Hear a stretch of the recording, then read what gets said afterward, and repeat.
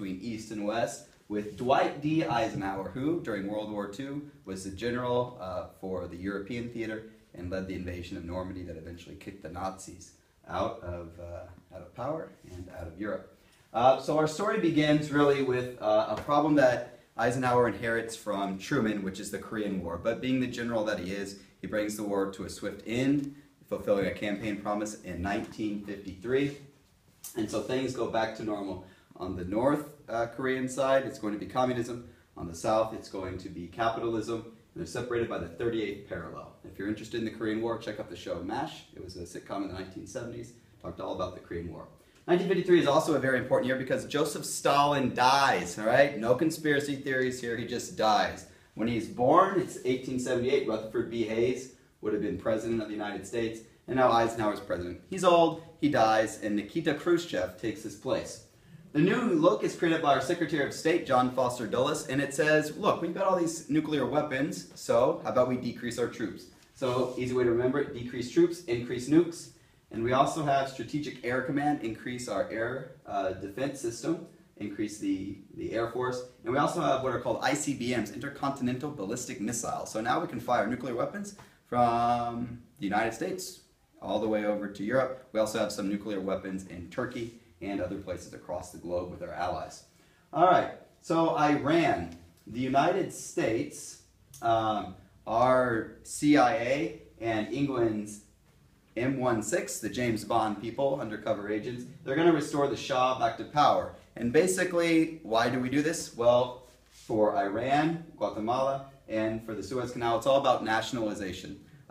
In Iran, the new leader is threatening to nationalize the oil supply, and that makes us feel very uncomfortable. And so what do? Well, we restore our buddy the Shah back into power. He's a religious leader. He's not very popular with the people, so when Iran has a revolution in the 1970s, this is going to come back to bite us in the butt. But right now we're in the 50s and it's okay. And so basically Iran access to oil. And Guatemala, you have the United States is going to remove Jacobo Arbenz, and basically he's threatening to nationalize the Chiquita Banana Company lands. He threatens, or not threatens, he offers to pay for these lands, but we say no, those are our lands, because he wants to give the land back to the people. We say we can't do that. And so we kick him out of power and put in our buddy. The Warsaw Pact, if you remember, over with Truman, we had NATO, the North Atlantic Treaty Organization. Well, the Warsaw Pact is basically the USSR plus their Eastern Bloc countries. If Russia's ever going to be invaded again, the countries are going to have to go through the Eastern Bloc countries, like Poland and Czechoslovakia. Suez Canal crisis. What you need to know is that the Suez Canal connects Egypt to the Mediterranean Sea. And it was built in the 1870s by France and England, mainly France.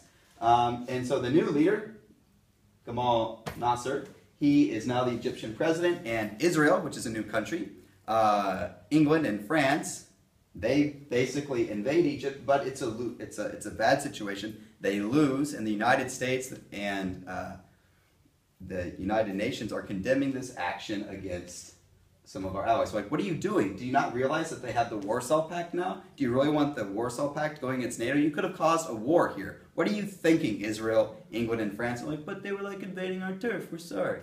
Anyway, long story short, the main thing you need to know out of this is what's called the Eisenhower Doctrine. And that means that the United States at any given time, if they feel that our interests are being threatened, or if the interests of our allies are being threatened, we can intervene in the Middle East. And usually it's for oil.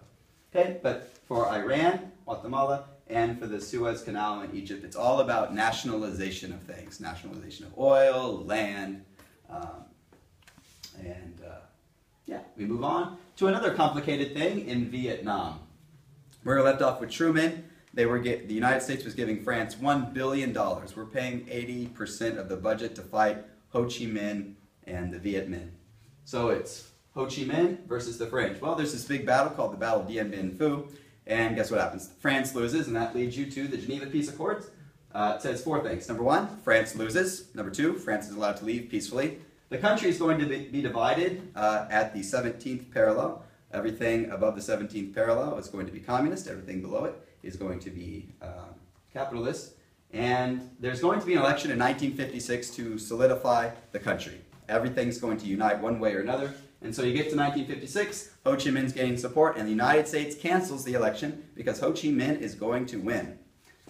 Nice little rhyme there. Ho Chi Minh is going to win. Ho Chi. Anyhow, basically what happens is in the South, we put a guy, we have like an emperor there for a little bit, but we put in a guy named Diem. And Diem is going to rule South Vietnam. But he's not very popular with the people, so it creates a little crisis situation. In the North, you have the National Liberation Front, which sees our government as illegal because they were supposed to win the election. And then there's also this new enemy called the Viet Cong, which are communists in South Vietnam that are trying to overthrow our people. And they're getting resources from the North via the Ho Chi Minh Trail.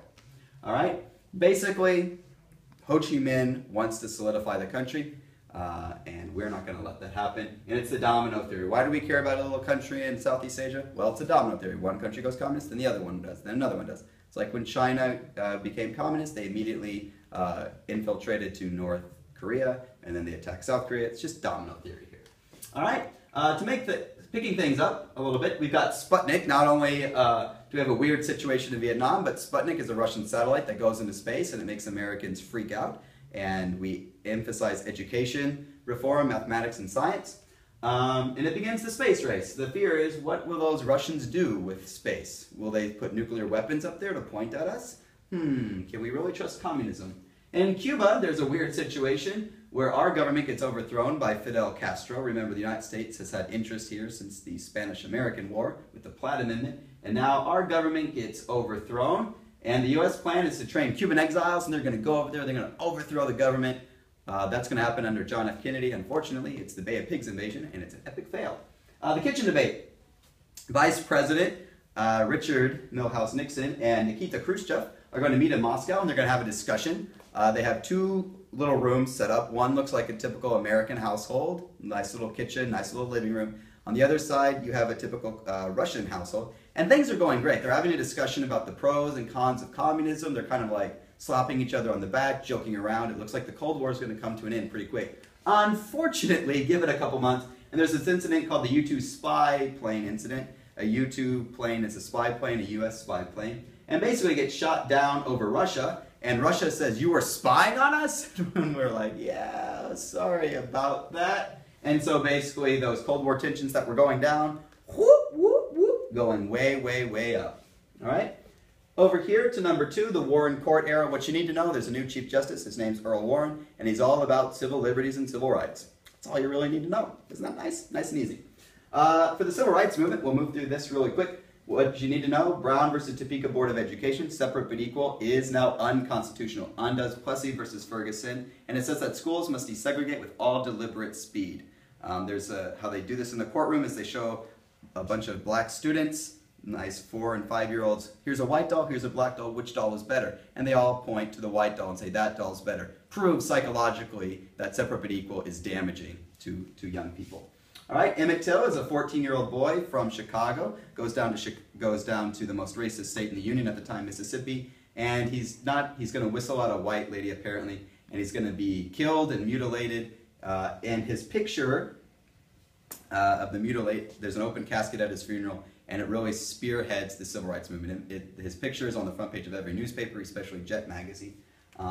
Check out Emmett Till. In class we talked about that in depth, but just go over it real quick. Emmett Till starts really the civil rights movement. Like, this changes laws, this changes hearts and minds. Montgomery bus boycott, you finally get to say Rosa Parks. You know, she doesn't give up her seat. She's not the first person to do this, but she is one of the most famous ones. And what you need to know is she teams up with Dr. King, and the city of Montgomery for 381 days refused to ride the buses. The city loses a bunch of money, and it's their first victory for the civil rights movement. SCLC is Southern Christian Leadership Conference. It's organized by Dr. King, and it combines the teachings of Henry David Thoreau's civil disobedience, plus Mahatma Gandhi, nonviolent civil disobedience, and then the teachings of Jesus Christ. Put it all together and you have nonviolent civil disobedience. Little Rock 9, well, it's up here with Brown versus Topeka Board of Education. It said, separate but equal is unconstitutional, and schools must desegregate with all deliberate speed. Well, it's been 3 years, and 9 black students are going to try to go to Central High School in Little Rock, Arkansas. The governor, Orville Faubus, is going to say, those students aren't going to go here, and he's got the military there, the National Guard. Eisenhower hears about this, tries to get Orville Faubus to change his mind. Orville Faubus does not. And so Eisenhower does what all great generals do, uses the military. Remember, this guy's in charge of the Normandy invasion. So just like George Washington with the Whiskey Rebellion and with Andrew Jackson with the Force Bill, He's going to use the military. He's going to send in planes, tanks, guns, paratroopers to escort these students to school for the first couple of months. So what you need to know is it proves that the federal government will enforce Brown versus Topeka Board of Education. Civil Rights Act of 1957, pretty easy. Federal protection for voting. Civil Rights Act of 1960, federal inspection of voting places. But keep in mind, only 2% of black voters in the South were actually voting. Okay? So there's a bigger problem here. Instead of just like a little bit of interrogation at the polls, there's more interrogation of people who are actually registering to vote. The sit-in movement, students in Greensboro, North Carolina, are going to refuse to give up their seat at a restaurant. The lady's going to say, look, you can't sit here. We don't serve Negroes here. And they refuse to give up their seat. The next day they come back. This time it turns a little more violent. People start throwing things at them, spilling food at them. They actually get arrested. And it starts the sit-in movement where people are getting arrested on purpose to fill up the jail cells. Spreads across the United States. And it's nonviolent civil disobedience at its finest. And you have a new group in town, SNCC, the Student Nonviolent Coordinating Committee. These are young college students that are taking Dr. King's actions and putting them into place in their local communities. All right, that's a heck of a lot of stuff. Let's get to the easy stuff here. The Cold War at home, what you need to know, we created a national highway system. It used to take about a month across the United States. Now it takes 7 days speeding across the nation. You can thank Eisenhower for that. And it was all for moving nuclear weapons across the country. Tanks, planes, guns, nuclear silos. What happens if New York gets bombed? Well, we get those people out of there as quick as possible. People are moving to suburbia, living the typical white American dream, picket fences, a pool in the backyard. You have a little extra money, you send your kids to a nice school. Being as Sputnik happened, we have North American Space Association. And then we also get rid of polio, which for my grandma is very personal because she had polio right around this time and the vaccine came out just in the nick of time. Pretty interesting thing. And now we move on to culture. There's rock and roll, the devil's music, Elvis Presley's there gyrating his hips. People like, oh my gosh, sex and drugs and oh my god. Teenage culture, there's a show called American Bandstand where they're learning all the new dance moves. The beatniks are the nonconformists of the 1950s. They're the hippies before the hippies. And they're very similar to the lost generation after World War I with F. Scott Fitzgerald and the Transcendentalists in the 1830s. Talked about that in class. We've got the second Red Scare, McCarthyism. People are conforming to American beliefs on top of that. And then, yes, Hugh Hefner pops up and brings out Playboy magazine in an era of conformity. He says, well, yes, maybe men and women actually like sex. Something to think about. All right. And now we move over here to the 23rd Amendment. Not really that important, to be honest with you, but it's one of the amendments I'm going to make you memorize nonetheless. Washington, D.C. is going to get electoral college votes for the first time. Used to be just they didn't get any votes, and now they do.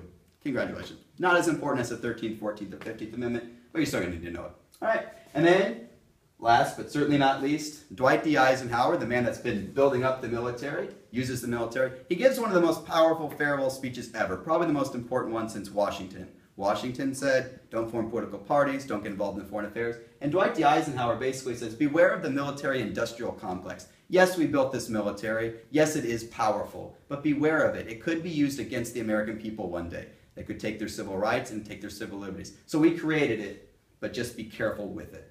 And with that, ladies and gentlemen, that is Dwight D. Eisenhower. There is a lot of content here. The Cold War can get kind of confusing if you don't watch yourself and study your notes 20 minutes a night. So take a deep breath, relax, and enjoy Dwight D. Eisenhower. We'll continue our installment later on with, guess what, John Fitzgerald Kennedy. Have a good day, study those notes, and I'll see you later. Have a good day.